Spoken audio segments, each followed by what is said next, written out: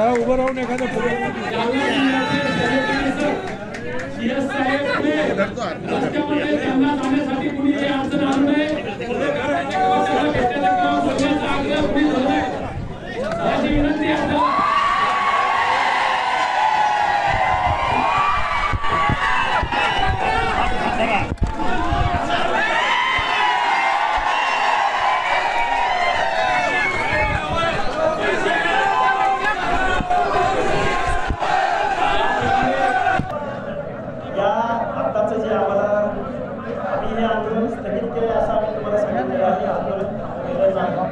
वेळोवेळी आम्ही आंदोलनाची दिशा स्पष्ट केली, पण आम्ही एक 2-3 मुद्दे आमचे मान्य केल्याचं शासनाने देखील आवाज दिलेला आहे. 2 मुद्दे टेक्निकल इश्यूजमुळे ते आम्हाला सर्वपक्षीय नेतृत्वाच्या बैठकीनंतर आम्हाला सांगितलं आणि आम्हालाही त्यांनी बैठकीला बोलवलेलं आहे. त्यामुळे ते 2 मुद्दे आम्ही पंचायत अधिवेशन असेल, बजेट अनेक मुद्दे ते आंदोलन आता कंटिन्यू चालू. आता लेखी दिलेल्या पत्राचं आम्ही 30-40% मानतो. म्हणजे हे सरकार काटावर पास झालेलं आहे. हे सरकार पास म्हणजे मेरिटवर पास झालेले नाही.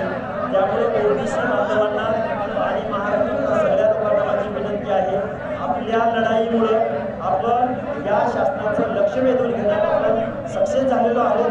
विजयी जरी झालो नसलो तरी आपल्या आंदोलनाकडे लक्ष दिलेलं आहे.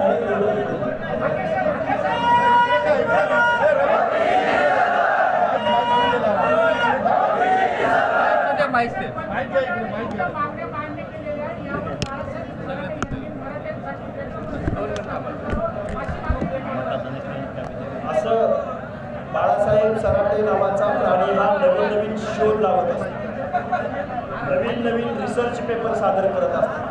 सगळ्या सोयऱ्याची कन्सेप्ट सुद्धा अशाच कुठल्यातरी माणसाच्या डोक्यातून आलेली असावी असा माझा समज आहे.